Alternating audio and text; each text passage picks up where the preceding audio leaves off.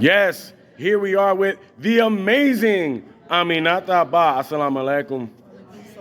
All right, Aminata, you've been working on putting up your weight and your strength in hopes to compete in the higher weight class.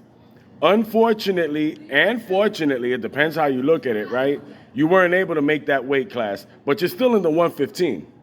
And you're a real force to reckon with in the 115. You've put yourself in a position to where now you're with the high dogs in that category. So my question is, your opponent is a strong contender, but she's a lot shorter than you. So do you see that as an advantage on your behalf? And if not, what is it that you're planning to do to adjust to that situation?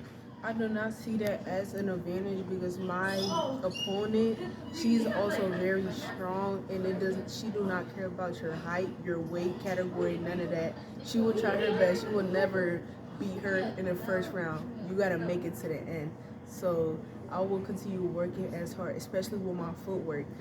So yeah, I'll continue trying my footwork and arm strength to for the competition. Now, the match that she lost when she lost the opportunity for the title, right? She was winning the first round. She was winning the second round. She kind of faded in the last round.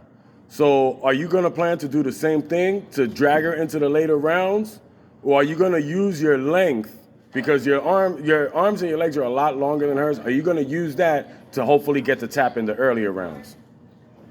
I'll try to get to at least the second round. Like I said, with my opponent, our match will never end in the first few rounds. At least towards the end of the second round or in the middle of the third round. Is there anything that you feel that is a danger to you coming from her? Her arm strength. I feel like her arm bar especially. That's what seems most dangerous for me. Now, what is it that she should look out from your behalf? What I feel like she should look out for on my behalf, I don't really think it's anything that she need to look out for because she's really good, like I said. But yeah, I don't think it's anything that she should look out for. But I feel like what she should look out for is that now that Ramadan is over and I'm back to training again, I'm training twice as hard now. That's a good question. How did Ramadan affect you in your training? I could not train. And even if I would try to train, I had to do the lightest work. So I feel like now me getting back on my grind, it's gonna be like we started back in August, like we're doing the same thing over again. But I feel like I'm gonna start getting used to it again. Now, here's a question on just on my personal behalf. Since you went through Ramadan and the fasting, that clears your system out. Do you feel that clearing all those toxins out of your body will actually be a help? Yes.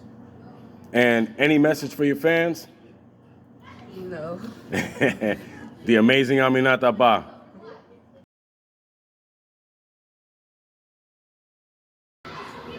The original Joey Zaza from Enfoca MMA. We're here with Brian Sellers. Brian, I have a quick question. Last year you were active, but you couldn't get a match, right? There was nobody to fight you. This year you had to sit out a couple of months due to some personal and academic situations. Has this layoff affected your performance? No. How have you been able to keep up?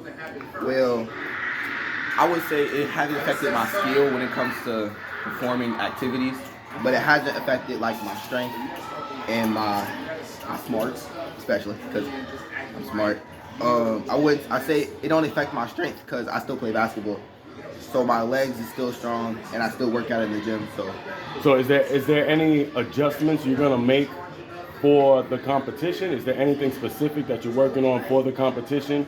How do you see yourself approaching this match? With a clear mind.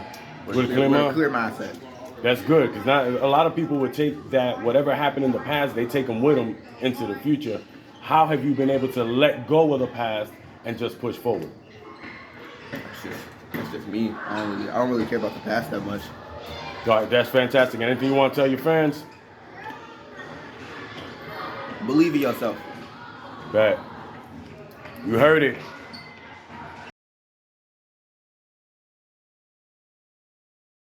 Yeah, this is Coach Joey Zaza from Enfoque MMA here with Jaheim Copeland.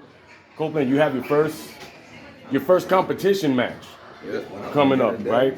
And your opponent is pretty much unknown. He's known in the Enfoque gym. He's not known in the competition. You haven't seen him. You haven't seen any film on him. How is it that you're going to approach this? Because I understand as a fighter, when you know what the person can do, you know what holes to look for. In this case, you got to start it from scratch. So how's your approach going to be? Basically, my first round, I'm just gonna take it easy. Sight him out for sure, cause I don't know who dude is yet. I've heard of him. I heard he's good, but just take my time, and then once I actually see what he's about, use my technique and my strength at my advantage. Now, as far as strength, since you said strength, he's the champ's brother, Maria's brother. So we can only assume, it's not safe to assume, but in this case, probably safe to assume that he has at least the same strength, if not a little more, than what his sister can offer. How are you going to nullify that? It's like, are you going to wait to feel the full impact of his power? Because that could be dangerous for you. Yeah. Or how is it that you're going to test it? Try to tug with him a little bit. You know, try to wrestle him for real at top and see how strong he is, and that way I can know what to do. Because if he use all strength, it's easy for me to just take him down and get him on the ground, do groundwork. Are you trying to finish this as soon as possible, or are you going to take him into deep waters? No, it depends on how he is. That's magnificent. And any message for your fans? Just be ready. May 10th, baby. Watch.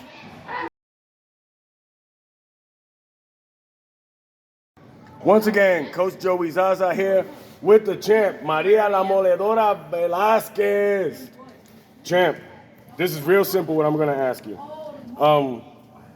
Kilari has made a quick reputation for herself as being crushing on the ground. Anybody goes to the ground says that her leg strength is just absolutely ridiculous. You're the champ. I know you have ways around that. How are you going to approach this match?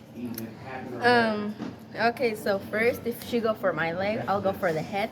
I mean, I always go for the head because I feel like I'm strong in my with my arms and with my foot. But at the same time, if she go for my head, I'll go for her legs. And I don't know. I know they talking about her that she got very strong and all that, but I don't know. And I think I don't know. Do you think her strength is the only thing that she has an advantage over you, if anything? She's very strong too. And I mean, I helped her, so I don't know. She might. Because I told her I was her corner side, like in her fight, and then I told her to go for the head. And she might go for the head this time, so I don't know. Well, due to the fact that you've practiced and you've trained with her so much, shouldn't that be an advantage for you? You already know what to expect? Yes, but at the same time, she knows how I'm going to fight too. I think because if I go for the armbar, she will know that. She will notice that because I don't know. Well, not only the armbar, yeah, the armbar was your biggest weapon last year. Now you have the Americana. Yeah. You have the triangle choke. You've actually put people to sleep in training. Mm-hmm. Do you see any of that happening in this match? I would say no, but because she's very strong, so I don't think she will let me. But if I can, I will try to do the Americana or something that will make me win or something like that. Now, is there anything that you have in your special bag of tricks that's waiting to just blast on her? What is it that you have in your secret stash that you're waiting to pull out on her? The Americana. The Americana? Yeah, that does seem like the moneymaker right now. And any message for your fans out there? Oh. English or Spanish? Gracias por mirar mis videos. And like, that's it. See you at the fight. You heard it, May 10th. What I gotta say? Yeah, pick it. Yeah. Ready for the interview. Gotta stay ready. Gotta stay ready.